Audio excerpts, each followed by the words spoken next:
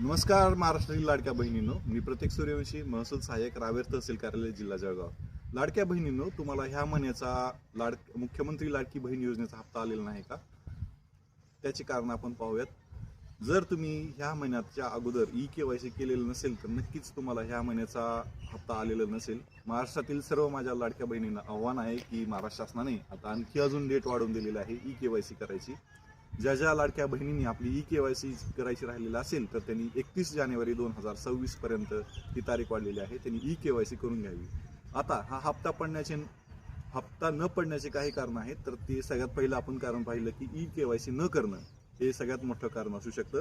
त्याप्रमाणे आणखी दुसरं कारण असू शकतं की तुमची बँक लिंक व्यवस्थित नसेल, तुमचं जे काय आधार लिंक नसेल, आधारचं बँकला लिंक नसेल तर ही तुमच्या अकाउंटला पैसे आलेले नसतील. त्याप्रमाणे तुम्ही जो काही KYC करताना व्यवस्थित फॉर्म भरलेला नसेल तर त्याची ह्या तांत्रिक कारणामुळे ही आपले पैसे आलेले नसतील. तर इतर आणखी कारणे जर पाहिली तर आपल्या कुटुंबाचं जे काही उत्पन्न आहे ते 2.5 लाखाच्या वर असेल तर तुम्हाला ह्या योजनेचा फायदा घेता येणार नाही.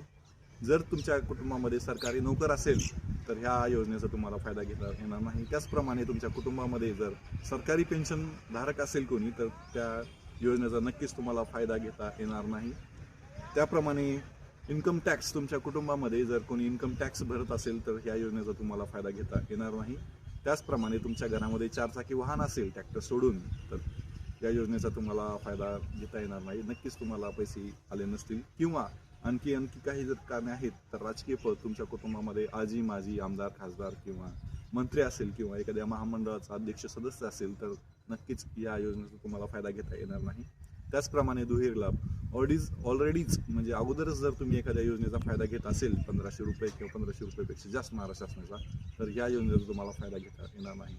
या सर्व गोष्टी झाल्या अपात्रतेच्या. जर तुम्ही आजपर्यंत KYC केलेलं नसेल तर महाराष्ट्र शासनाने तुम्हाला आणखीन वेळ वाढवून दिलेला आहे. 30 जानेवारी 2026 या 30 जानेवारीपर्यंत तुम्ही सर्वांनी KYC करून महाराष्ट्र शासनाचा ह्या लाडक्या बहिणी योजनेचा नक्की फायदा घ्यावा अशी मी नम्र विनंती करतो.